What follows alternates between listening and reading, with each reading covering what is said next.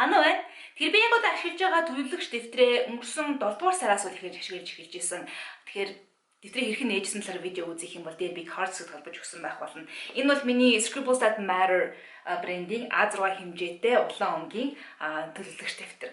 Тэгэхээр яг 7, 8, 9, 10 дугаар сараар ингээд нийтдээ 4 сар ашиглаад миний энэ дэвтэр дуусж байгаа. Тэгэхээр энэхүү видеогоо би та нартай энэ дэвтрээсээ шинэ дэвтрлүүгээ нүүж байгаа туршлага хуваалцъя гэж бодсон юм. Тэгэхээр би нүүж байгаа дэвтрээ сонгохдоо нэг тийм зовлтгүй сонгочлоо. Яасан гэхээр яг адилхан Scribbles That Matter-ийн дахиад А6 хэмжээтэй төлөвлөгч дэвтрээ дахиад сонгоцсон.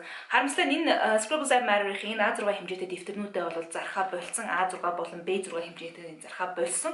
Би нэг яг зархаа болохоос өмнө бол хэдийг олж авсных нь нэг нь одоо хамгийн сүүлийнх нь нэг хүү дээ.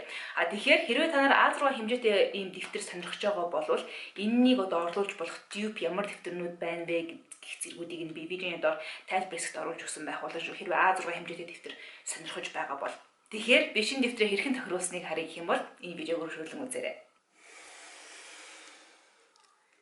Энэ бол миний Scribbles That Matter-аас хэрэгжилж байгаа 2 дахь А6 хэмжээтэй дэвтэр. Тэгэхээр энэ дэвтрээ хэрхэн тохиргоог нь хийсэн тухай энэхүү видеоор та нартай хуваалцаж байна. Дэвтэрний хамгийн эхний нүрэнд дэвтэр эзэмшигчийн нэрээ бичих боломжтой хэсэг байдаг бөгөөд энэ дэвтрийг хизээ эхэлсэн огноог бичих хэсэг байгаа. Үүний арын хуудсан дээр Scribbles That Matter A6 Dotted Journal гэсэн хуудас бий. Төлөвлөгч дэвтэр дээр ашиглаж байгаа бүх кодуудаа нэг дор оруулж өгөх товёг хэсэг бас бий. Bullet code болон color code гэсэн өнгөөр ангилах болон бусад тэмдэглэгээнүүдийг юу илэрхийлж байна вэ гэдгийг энэ хэсгээс харж болно. Би хийх зүйлээ цэгээр хийсэн бол X-ээр, хойшлуулсан бол хоошоогоо тавьсан шугамаар, харин өөр өдөр төлөвлөсөн бол урагшлуулсан шугамаар, харин хийхээ болсон бол цувсагдсан гэдгийг дээрээс нь дарж тэмдэглэдэг.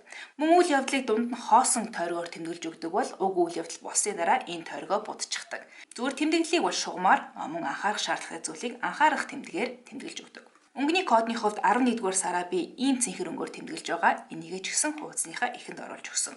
Харин YouTube-тэй холбоотой зүйлсийг би энэ улаан өнгөөр тэмдэглэдэг. Тэмдэглэгээний товёгны араас үндсэн гарчгийн товёг хэсэг бий.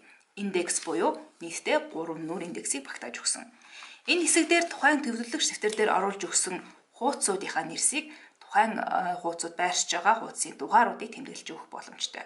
За ингээд дэвтэрнийхээ гол хэсэг рүү орцгоё. Дэвтэрний нүүр болгоно нь дугаарлалтай ирдэг. Энэ нь урдаа индекс хэсгийг бөглөхөд илүү эвтэйхэн болгож өгдөг юм. Энэ удаад би шинэ дэвтэрнийхээ эхний 1 болон 2 дугаар нүрийг юутаач хоосон орхихоор шийдлээ. Юу хийхээ дараа нь бодож байгаад хийн гэж боджээ. 3 дугаар нүрнээс эхлээд би future log буюу ирээдүйн төлөвлөлтийг оруулж эхэлсэн. Энэхүү дэвтрийг би 11-р сараас эхлэн ашиглаж эхэлж байгаа учраас надад future log хэсэг дээр 11-р сараа төлөвлөх шаардлага байгаагүй. Тийм учраас би шууд 12-р сараас эхэлж төлөвлөсөн юм. Нэг нүрэн дээр 2 сарыг төлөвлөсөөр нийтдээ 8 сарыг 4 нүр дамжуулан төлөвлөсөн юм. Хэрвээ энэ layout буюу дизайн талаар дэлгэрэнгүй мэдхийг хүсэх юм бол энэ дээр card хэсэгт холбож өгсөн миний өмнөх видеог үзхийг зөвлөж байна. Өмнөх дэвтэр дээр байгаагүй гэхдээ энэ удаад ашиглаж эхэлж байгаа нэг нүр нь энэ. Энэ бол миний энэ дэвтрээ дуусгахаас өмнө заавал хийх 40 зүйлийн жагсаалт. Өмнө нь хийж үзье гэж бодож байсан ч зориг гаргаж хийж өглөөгөө байгаа зүйлс байгаа юу? Тэдгээр зүйлсийг магадгүй ийм төрлийн хуудсан дээр хийж үзэж болох юм. Би одоогоор яг 40 зүйлийнхаа жагсаалтыг энэ дээр бичээгүй байгаа ч гэсэн аль хэдийн бодчихсон 5-6 зүйл л байгаа. Заавал хийх 40 зүйл гэсэн гарчгаа би Staedtler-ийн энэ өнгийн маркераар бичсэн. Харин Dottle-ийн шугам нь бол хар öngийнх нь маркер байгаа. За Dottle-ийн дөрвөлжингүүдийг би өмнө ашиглаж ирсэн бас нэг шугамаа ашиглан хийсэн. Энэ бол Hobonichi-гийн Basic гэдэг нэртэй шугам. Яг энэ нүднүүдийг би энэ дөрвөлжинг ашиглан зурсан. Шинэ төлөвлөгч дэвтрийн маань дараагийн хуудсан дээр би YouTube суваг дээр зөвхөн төлөвлөгч дэвтрээс гадна арьс арчилгааны идэвхтэй орцнуудын тухай видео хийдгийг харсан баг. Хэрвээ хараагүй бол энэ дээр холбож өгсөн cards руу орж плейлистийг үзээрэй. Эдгээр арьс арчилгааны идэвхтэй орцууд нь анх задлснаас хойш тодорхой хугацааны дотор хэрэглэж дуусгах шаардлагатай тийм заавартай байдаг. Тиймээс яг одоо идэвхтэй ашиглаж байгаа бүтээгдэхүүнүүдийг би энэ жагсааж бичээд ягаан дэвсгэр дээр тухайн бүтээгдэхүүнийг онгойлгосноос хойш хэдэн сарын дотор хэрэглэж дуусгах ёстой. Мөн түнчлэн тухайн бүтээгдэхүүнийг онгойлгосон огноог нь арталт нь бичиж өгсөн байгаа. Ингэснээр ашиглаж байгаа арьс арчилгааны бүтээгдэхүүнүүдийн маань хугацаа дууссан эсхийг байнга харах боломжийг энэ хуудас маань надад олгож байгаа юм. Дараагийн нүүрэн дээр уншихаар төлөвлөж байгаа номнуудын жагсаалтыг гаргалаа. Одоогийн байдлаар би авчихсан байгаа ч огт эхлээгүй байгаа зарим номнуудыг эндээс харж болно. Chloe Benjamin, Brené Brown, Brad Stone, Charles Duhigg, Дүнчлэн Oliver Sacks, Neil Gaiman нарын номнуудыг одоохондоо бичиж эхлэв. Хэрвээ та нарт зөвлөх ном бай гэх юм бол доор комент хэсэгт бичүүлдэхээ мартав. Би өөрийн YouTube сувагтаа зориулан нэг хуудсыг гаргая гэж бодсон. Энэ дээр YouTube сувгийнхаа гүйцэтгэл мөн статистикийг бөглөж байх болно. Энэ нүрийг хийхдээ би мөн л Staedtler-ийн хар үзэг, за энгийн шугам, мөн түншлэн Staedtler-ийн улаан өнгийн бал ашигласан. Энэхүү нүрийн эсрэг талд би өөрийн төлөвлөгч дэвтэр дээр хизээж ашиглаж байгаагүй нэг хуудсыг гаргаж өглөө. Энэ нь зээлийн мөрч, англиар бол dead tracker гэж нэрлэж болдог.